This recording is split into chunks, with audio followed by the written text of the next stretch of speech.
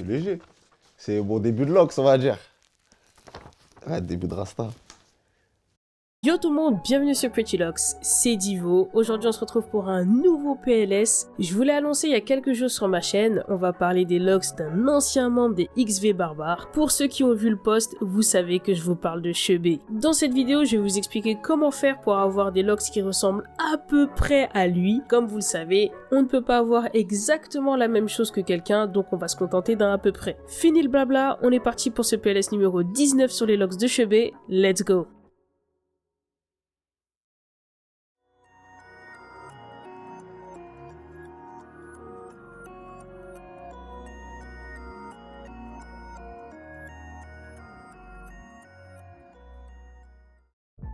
Pour être honnête avec vous, pour moi, Chebet est l'un des rappeurs français à avoir les plus belles locks du game. En plus de ça, il a une super belle évolution, sachant qu'il a commencé ses locks en 2015. Là, on est en 2022, ça fait donc 7 ans qu'il les a. Lorsqu'il les avait commencé, ses locks étaient très courtes, alors qu'aujourd'hui, elles sont super longues, elles lui arrivent en bas des épaules, mais surtout au niveau du torse. Donc là, on voit clairement qu'on a une évolution de malade et qu'il en prend vraiment soin. J'avoue que lorsqu'on regarde ses locks comme ça, avant quand je tombais sur des vidéos de Chebet ou alors des photos ou quoi que ce soit, j'avais l'impression qu'il avait des locks en full head, du coup sur toute la tête. Quand j'ai commencé à faire mes recherches et que je suis tombé sur des photos où il avait les cheveux attachés, du coup lorsqu'on lui faisait des coupes sur les côtés, etc., c'est là que je me suis rendu compte qu'en fait il avait pas du tout des locks en full head et qu'il était sur un high top. Mais quand tu vois la quantité de locks qu'il a sur la tête, comme ça, lâché, franchement t'as l'impression qu'il est sur un full head et pas du tout sur un high top. Il doit avoir à peu près une centaine de locks, voire beaucoup plus que ça. Et c'est là qu'on se rend compte vraiment de la puissance, de la densité de cheveux et de l'épaisseur du cheveu en fait.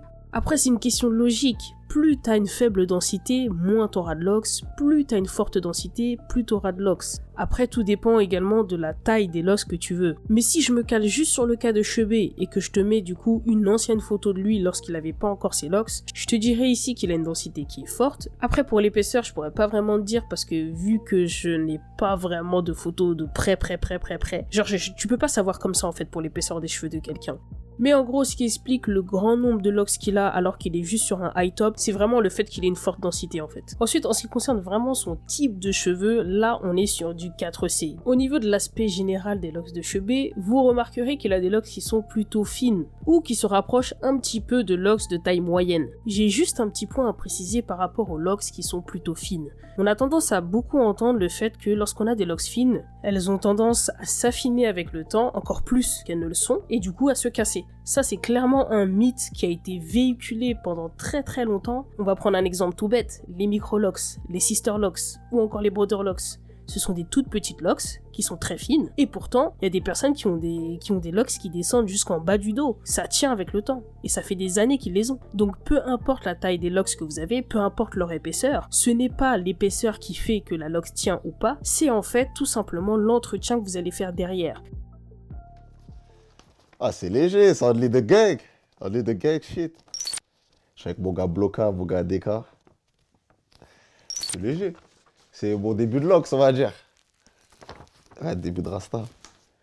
Je ne vais pas vous mentir, lorsque je vois en fait son départ de locks, j'ai vraiment l'impression qu'il a commencé ses locks donc en semi-freeform, parce qu'il a vraiment mis du temps avant de commencer à faire des reprises, et puis même avant d'avoir des séparations du coup tout simplement entre ces différentes locks. Lorsqu'on regarde en fait son départ de locks, on voit qu'on a une certaine régularité qui se forme sur sa tête. Moi j'irais entre deux techniques, toujours la même que les autres rappeurs que j'ai fait en vidéo pour l'instant, soit on est parti sur un départ à l'éponge, soit un départ à la serviette. Malheureusement, je n'ai trouvé aucune information, aucune interview où il parle en fait de son départ de locks. Une fois qu'il a commencé son départ, il a tout simplement laissé ses cheveux pousser. Il n'y a pas touché pendant plusieurs temps, donc c'est le principe des semi-freeform de toute façon. Au niveau de la reprise de ses locks, on va piquer les nouvelles repousses sur ses locks et ensuite on va tout simplement lui faire un retwist. Donc il va tourner ses locks. Au niveau de son traçage, maintenant on est sur quelque chose qui est quadrillé. De toute façon, sachant qu'il vient d'un départ en semi-freeform, forcément il faut quand même arranger les locks pour qu'elles soient cohérentes en fait avec le départ qu'il avait fait au début, sans faire en sorte qu'il ait trop de racines ou peu de racines pour une seule et même locks. Au niveau des coiffures qu'il porte, il porte vraiment de tout. Parfois il a les cheveux lâchés, parfois il fait des nattes, parfois il fait des vanilles, peu importe. D'ailleurs par rapport à l'entretien de ses locks, j'ai vu que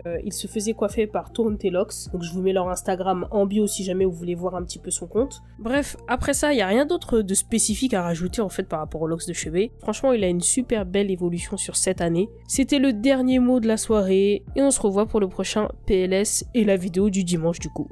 Ciao.